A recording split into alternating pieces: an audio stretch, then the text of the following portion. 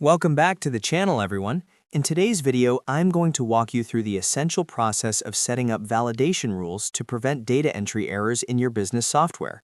Whether you are managing invoices or customer records, errors can be costly and time-consuming.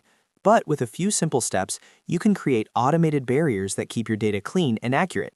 If this video helps you streamline your workflow today, please make sure to hit that like and subscribe button so you don't miss any of our future productivity tutorials. Let's dive right in. To begin, go ahead and navigate to your dashboard in Zoho Books.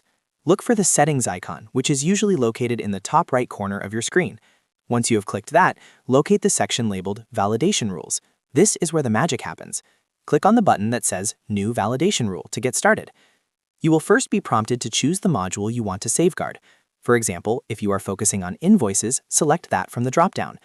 Now you need to define the logic. This is where you specify the criteria that, if met, will trigger an error message for the user. For instance, you might want to prevent an invoice from being saved if a certain field is left blank, or if a value falls outside of an acceptable range. Think clearly about your business requirements here, because this is exactly how you stop errors before they happen. Once you have defined your criteria, it is time to write your error message. This message is what your team will see if they try to enter invalid data, so make it clear and instructive. After you have typed that in, simply click Save. You have now effectively added a layer of protection to your account configurations. Now keep in mind that testing is key.